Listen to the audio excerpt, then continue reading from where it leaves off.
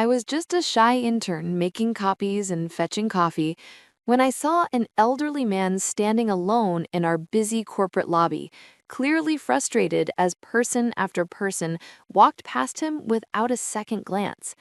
When I realized he was deaf and trying to communicate, I approached him and signed a simple, "Hello, can I help you?" I had no idea that the CEO of the company was watching from the mezzanine above. Before we dive in, I'm curious, have you ever learned a skill to help someone you love? Tell me about it in the comments below. And don't forget to subscribe for more inspiring stories like this one. Now, let me take you back to that life-changing Tuesday morning. 6 months ago, I was the most invisible person at Meridian Communications.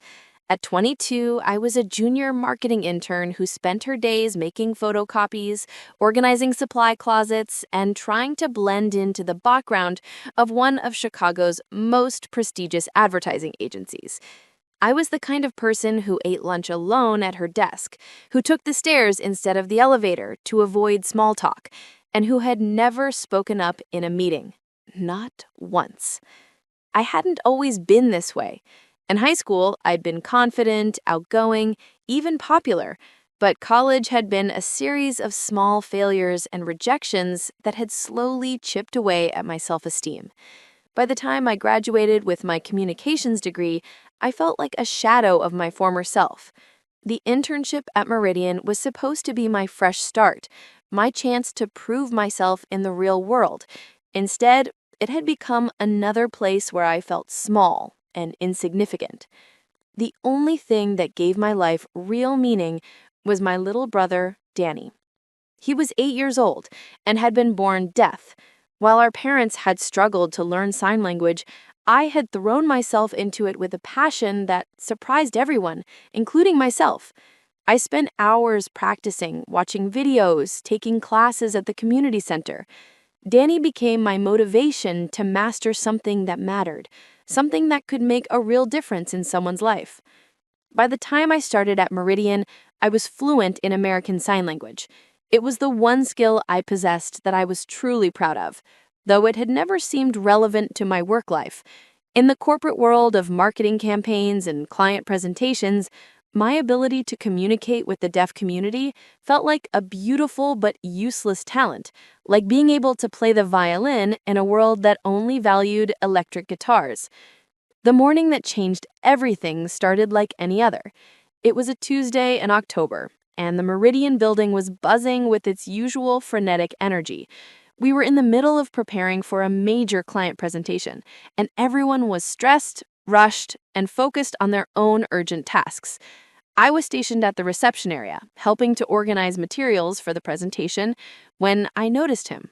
He was an elderly man, probably in his 70s, impeccably dressed in a navy blue suit that looked expensive and well-tailored. His silver hair was perfectly styled, and he carried himself with the kind of quiet dignity that spoke of a lifetime of success and respect. But there was something in his eyes, a mixture of frustration and sadness, that made my heart ache. He was standing at the reception desk trying to communicate with Jessica, our head receptionist. Jessica was a perfectly nice person, but she was also incredibly busy and clearly growing impatient with whatever communication barrier was occurring. "Sir, I'm sorry, but I don't understand what you're trying to tell me. Do you have an appointment? Can you write down who you're here to see?" The man was gesturing, pointing toward the elevators, his mouth moving in what I realized were words that Jessica couldn't hear. And then I saw it. The subtle hand movements, the facial expressions, the way he was trying to fingerspell something. He was signing. I watched in growing dismay as Jessica turned to help another visitor, effectively dismissing the elderly man. He stood there for a moment, looking lost and increasingly distressed. Other employees walked past him, account executives in expensive suits, creative directors with their arms full of presentation boards, junior associates rushing to meetings. Not one of them stopped. Not one of them seemed to notice that this distinguished-looking man needed help. My first instinct was to stay where I was. I was just an intern. I had my own tasks to complete. My supervisor, Margaret, had made it clear that my job was to support the presentation prep, not to get involved in reception duties. But as I watched the man's shoulders slump slightly, as I saw the defeat creeping into his posture, I thought about Danny. I thought about how it felt when people ignored him, when they looked through him as if his deafness made him invisible. I made a choice that would change my life forever. I walked over to the reception desk, my heart pounding with nervousness. The man looked up as I approached, and I could see the wariness in his eyes, the expectation of another person who would try to rush him along or dismiss his needs. I took a deep breath and signed, "Hello, my name is Catherine. Can I help you?" The transformation in his face was immediate and profound. His eyes widened with surprise and relief, and a smile spread across his features, the first genuine smile I'd seen from him since he'd entered the building. "You sign," he responded, his hands moving with the fluid grace of someone who had been using ASL for decades. Thank goodness. I was beginning to think no one here would be able to understand me. "I'm so sorry you've been having trouble," I signed back. "What can I help you with?" "I'm here to see my son," he explained, "but I'm not sure how to reach him. I don't have an appointment, and the young woman at the desk," he gestured toward Jessica, who was now helping someone else. "She seemed very busy." "What's your son's name?" I asked. "I can help you find him." The man paused for a moment, and I could see something complicated pass across his face, a mixture of pride and uncertainty. "Michael Hartwell," he signed finally. My heart nearly stopped. Michael Hartwell, the CEO of Meridian Communications, the man whose name was on the building directory, whose corner office occupied the entire top floor, whose rare appearances in the common areas of the building caused a ripple of nervous energy among the staff. "Mr. Hartwell is your son?"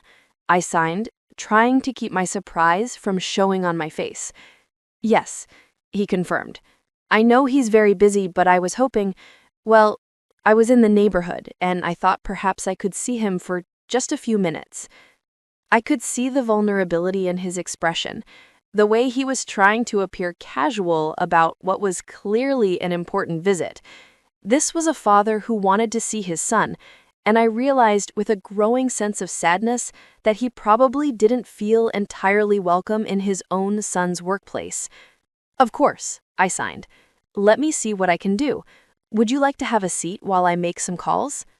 I guided him to the comfortable seating area in the lobby, making sure he had a clear view of me so we could continue communicating. Then I faced my first major challenge.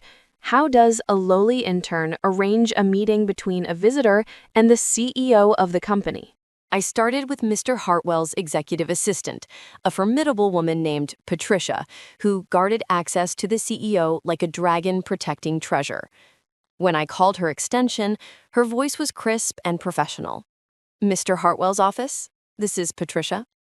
"Hi, Patricia. This is Catherine Walsh from the intern program. I have a visitor here in the lobby who says he's Mr. Hartwell's father, and he'd like to see him if possible." There was a long pause. "His father?" "Yes, ma'am. An elderly gentleman, very well dressed. He's been waiting in the lobby." Another pause, longer this time. "I'll need to check with Mr. Hartwell. Can you have the visitor wait?" "Of course. Thank you."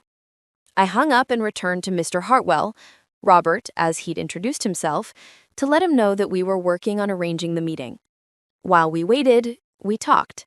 Or rather, we signed, and I discovered that Robert Hartwell was one of the most interesting people I'd ever met.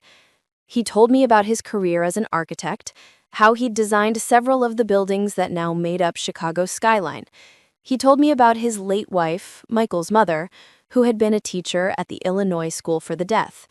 He told me about the challenges of raising a hearing son as a deaf parent, and the pride he felt in Michael's success, even though they didn't see each other as often as he'd like. "He's always been driven," Robert signed, his expression a mixture of admiration and concern. Even as a child, he wanted to prove himself, to show the world that having a deaf father didn't hold him back. I'm proud of what he's accomplished, but sometimes I worry that he's forgotten how to slow down, how to just be. As we talked, I became increasingly aware that we were drawing attention. Other employees were glancing our way, some with curiosity, others with what looked like annoyance. I could see Jessica at the reception desk fielding questions about why there was some kind of sign language conversation happening in the lobby. 20 minutes passed, then 30. Patricia called back to say that Mr. Hartwell was in back-to-back meetings and wouldn't be available for at least another hour. I could see the disappointment in his eyes, though he tried to hide it. "Perhaps I should come back another time," he signed. "I don't want to be a bother." "You're not a bother," I assured him. "Would you like to wait a little longer? I can show you around the building if you'd like. We have some beautiful artwork on the upper floors." His face lit up. "I would love that. I haven't seen where Michael works." And so began what would later be described as the most unauthorized building tour in Meridian Communications history. I should have been organizing presentation materials. I should have been making copies and updating spreadsheets. Instead, I spent the next 2 hours giving Robert Hartwell a comprehensive tour of his son's company. We started with the creative department, where I introduced Robert to some of the graphic designers and copywriters. Most of them were polite but clearly busy, offering quick hellos before returning to their work. But a few were genuinely interested in meeting him, especially when I explained that he was an architect and could appreciate the design elements of their campaigns. I translated conversations, helped Robert understand the work that was being done, and watched his face light up with pride as he learned more about the company his son had built. We visited the account management floor, where Robert was fascinated by the client relationship strategies. We even stopped by the break room, where he shared stories about the coffee shops he used to frequent in his younger days. Throughout the tour, I was acutely aware that I was neglecting my assigned duties. My phone buzzed with increasingly urgent texts from Margaret, my supervisor, asking where I was and reminding me of the tasks I was supposed to be completing. But every time I looked at Robert's face, saw the joy and interest in his eyes as he learned about his son's world, I couldn't bring myself to cut the tour short. It was during our visit to the marketing analytics department that I first noticed him. Michael Hartwell was standing on the mezzanine level that overlooked the main floor, partially hidden behind a pillar. He was watching us, watching his father interact with his employees, watching me translate conversations and facilitate connections. I couldn't see his expression clearly from that distance, but something about his posture suggested he'd been there for a while. My heart started racing. The CEO was watching me give an unauthorized tour, while I was supposed to be working on presentation materials. I was probably about to be fired, and I was definitely about to get Robert in trouble for disrupting the workplace. But when I glanced back a few seconds later, he was gone. We continued the tour, visiting the conference rooms where major client presentations took place, the library where the company's award-winning campaigns were displayed, and finally, the executive floor. Robert was particularly interested in this area, asking questions about the decision-making processes and the leadership structure of the company. "Michael built all of this?" he signed, looking around the elegant executive suite with its polished wood paneling and original artwork. "He did," I confirmed. "The company has grown tremendously under his leadership. Everyone here has a lot of respect for him." Robert nodded, but I could see something wistful in his expression. "I'm proud of him," he signed. "I just wish—" "What do you wish?" I asked gently. "I wish I knew him better as an adult. When he was young, we were very close, but as he got older, especially after his mother died, he seemed to feel like he needed to take care of everything himself. He stopped asking for help, stopped sharing his problems with me. I think he thought my deafness made me fragile, that he needed to protect me from his worries." My heart ached for both of them, for Robert, who clearly loved his son deeply but felt shut out of his life, and for Michael, who had probably been trying to be strong and independent but had inadvertently created distance between them. It was nearly 3 p.m. when we finally returned to the lobby. Robert's scheduled meeting time had long passed, and I could see that he was beginning to accept that he wouldn't be seeing his son today.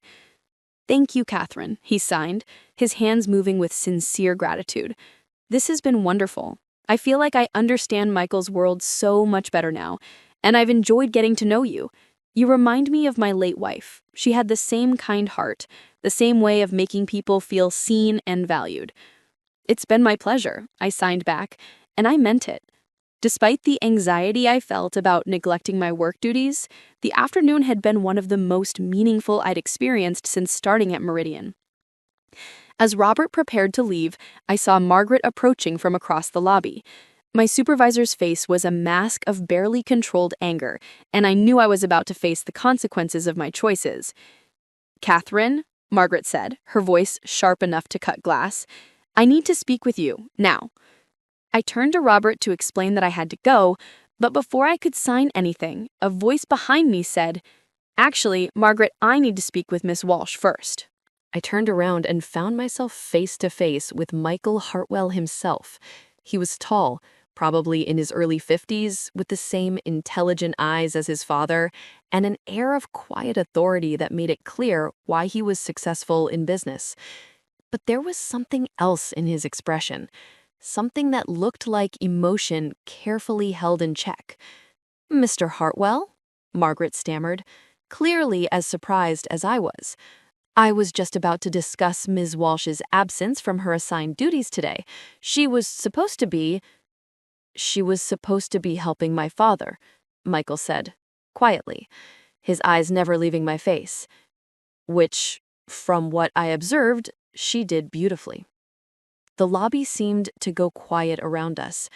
Margaret's mouth opened and closed without sound. Robert was looking back and forth between his son and me with growing understanding and delight.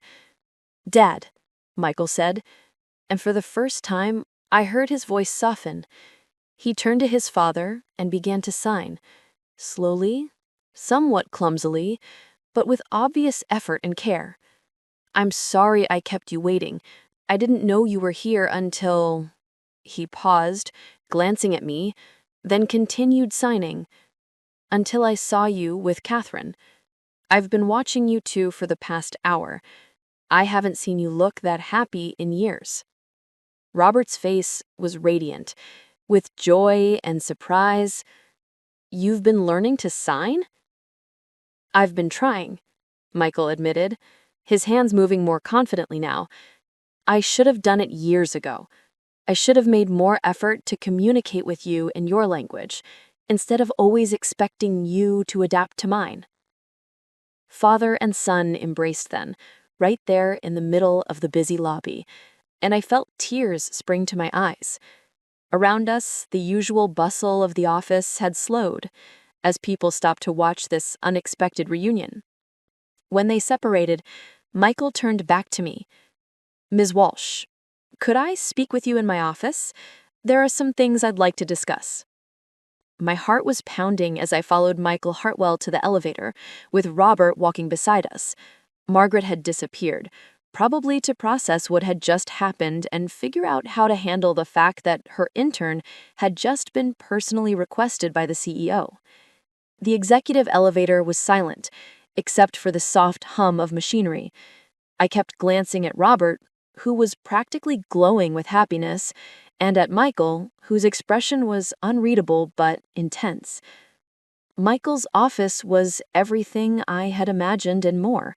Floor-to-ceiling windows with a breathtaking view of the Chicago skyline, elegant furniture that probably cost more than my annual salary, and walls lined with awards and photographs documenting the company's success. But what struck me most was how impersonal it felt, how little of Michael himself was visible in the space. "Please, sit," Michael said, gesturing to the chairs in front of his desk. Robert and I sat down, and Michael took the chair next to his father, rather than behind his desk, a small gesture that somehow made the conversation feel more personal. "Miss Walsh," Michael began, "I owe you an apology and an explanation." I looked at him in confusion.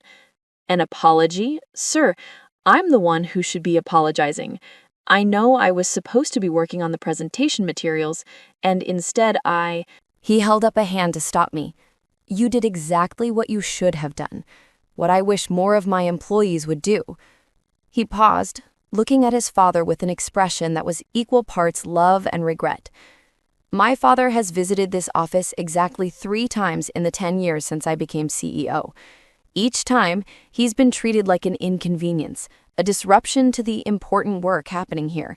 Each time, I've watched from a distance as my own employees, people I pay, people who represent my company, have made him feel unwelcome in his own son's workplace." Robert reached over and touched his son's arm, signing something I couldn't quite catch. Michael nodded and continued. "Today was different. Today, I watched a 22-year-old intern abandon her assigned duties to spend 3 hours making my father feel valued, respected, and included. I watched her translate conversations, facilitate connections, and treat him not as a burden or an obstacle, but as an honored guest." His voice grew thick with emotion. "I watched her give him something I haven't given him in years, the feeling that he belongs in my world." I felt tears welling up in my eyes. "Mr. Hartwell, I have a younger brother who's deaf, and I know how it feels when people ignore him or treat him like he's invisible. I couldn't stand to see that happen to your father." "And that," he said, "is exactly why I need to talk to you about your future here." My heart sank. This was it, the gentle letdown before the termination. "I understand if you need to let me go," I said quietly. "I know I didn't do my assigned work today." Michael looked genuinely surprised. "Let you go? Miss Walsh, I want to offer you a job. A real job, not an internship." I stared at him, certain I'd misheard. "I'm sorry, what?" "What I witnessed today showed me something that's been missing from this company, a genuine commitment to inclusion and accessibility. We talk about diversity and inclusion in our mission statement, we have policies in our employee handbook, but we don't live it. We don't embody it. I want to change that, and I want you to help me do it." Robert was beaming, signing rapidly to his son. Michael smiled and signed back, then turned to me. "I'm creating a new position, Director of Accessibility and Inclusion. It would be your job to ensure that Meridian Communications is truly accessible to everyone, employees, clients, and visitors. You'd develop training programs, create policies, and serve as an advocate for people who might otherwise be overlooked or excluded. You'd report directly to me." I felt dizzy. "Mr. Hartwell, I'm just an intern. I don't have experience in human resources or policy development. I don't even have my degree yet. I'm still finishing my last semester." "You have something more valuable than experience. You have empathy. You have the ability to see people as individuals rather than inconveniences. And you have a skill set that could transform how this company operates." He paused. "The position would come with a substantial salary, full benefits, and the authority to implement real change. You'd report directly to me." I looked at Robert, who was practically vibrating with excitement, then back to Michael. I don't know what to say." "Say you'll think about it," Michael suggested. "Take the weekend. But I hope you'll say yes. This company needs someone like you. I need someone like you." The rest of the meeting was a blur of details about the position, discussions of salary and benefits that made my head spin, and planning for the cultural changes that would need to happen throughout the organization. By the time I left Michael's office, my entire life had been turned upside down. Robert hugged me goodbye, signing his thanks over and over again. "You've given me my son back," he told me, "and you've given him something he didn't even know he was missing."